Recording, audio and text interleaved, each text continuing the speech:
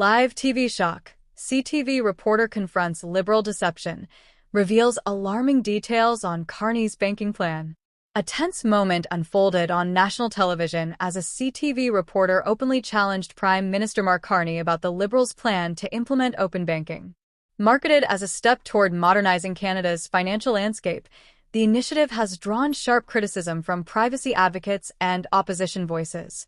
At issue is the growing concern that open banking will do more than foster innovation. It may grant federal agencies unprecedented access to Canadians' financial data, ranging from income and purchases to savings and spending habits. Carney, who once led the Bank of England, had supported similar frameworks in the UK, raising fears that he may now be seeking to replicate those surveillance structures in Canada. During the heated exchange, the reporter pressed Carney on whether the proposed model could eventually undermine Canadians' financial privacy.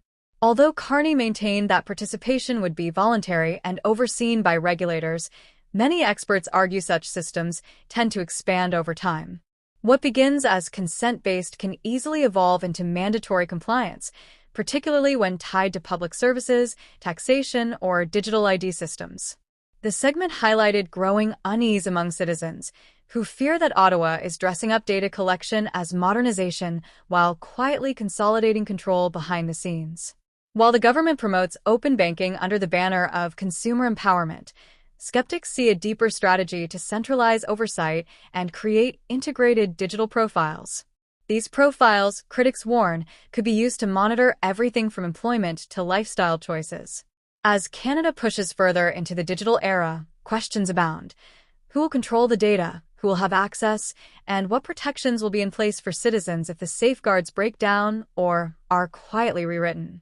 At the same time, the Liberal government under Carney is advancing Bill C-5, which aims to streamline approvals for major infrastructure projects deemed to be in the national interest. The legislation proposes allowing federal ministers to bypass many regulatory hurdles, including aspects of environmental review and Indigenous consultation. While marketed as a tool to ignite economic growth, it is already raising alarm bells among Indigenous communities, civil liberties groups, and regional leaders. These groups argue that the bill erodes vital checks and balances and undermines the principle of informed consent. Indigenous leaders have voiced deep concerns about how Bill C-5 could allow Ottawa to override community opposition. Although the government insists it will conduct engagement sessions, the draft legislation provides little concrete assurance that these communities will hold meaningful power to halt or shape the projects. Critics point to a long history of broken promises and surface-level consultations that yield no real influence. Without legal protections built into the bill, they argue, Canada risks repeating past mistakes and inflaming tensions in already fragile regions. Despite these concerns, Carney has emphasized the economic potential of national-scale projects, arguing that Canada cannot afford to let procedural delays stall essential infrastructure. He promised the creation of an Indigenous advisory board, but skeptics view this as symbolic rather than structural. Without legal authority or decision-making power, advisory boards often serve to legitimize decisions already made in Ottawa, rather than empowering those affected by them. The controversy extends beyond land disputes and into broader issues of government transparency. Carney's administration has come under fire for a series of misleading claims and quietly executed policy changes. For example, just before the April 2025 snap election, the government quietly dropped key retaliatory tariffs, a move not revealed to the public until voting was underway.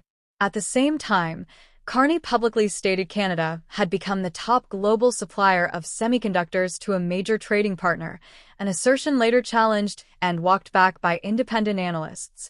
The live confrontation on CTV drew attention to a broader pattern of governance under Carney's leadership, bold announcements often followed by vague follow-ups or silent reversals.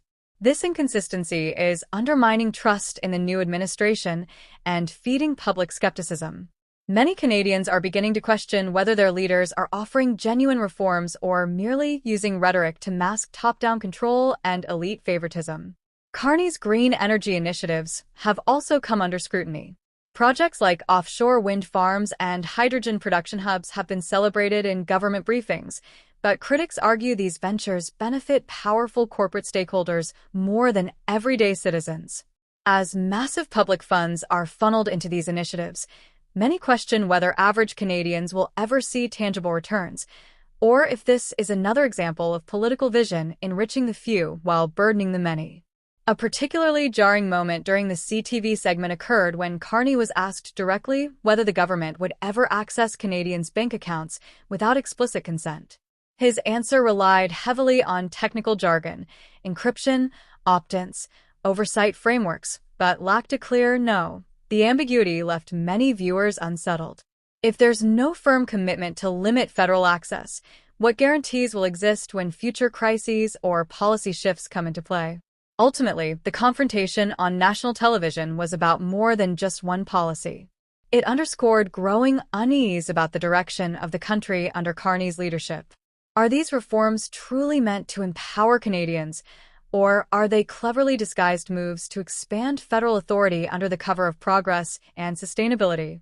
The segment left many viewers questioning how much say they truly have in shaping their country's future. The stakes could not be higher. With open banking and Bill C-5 potentially reshaping everything from how Canadians handle money to how major projects are approved, these policies will have long-term consequences for privacy, equality, and sovereignty. And with little meaningful public debate beyond isolated moments like this CTV exchange, Canadians may soon find themselves living in a new kind of nation, one shaped more by centralized decisions than by grassroots input. For now, the message from concerned citizens is clear. Transparency cannot mean surveillance, progress cannot mean overreach, and consultation must include real power. Whether Carney's government will adapt or double down remains to be seen.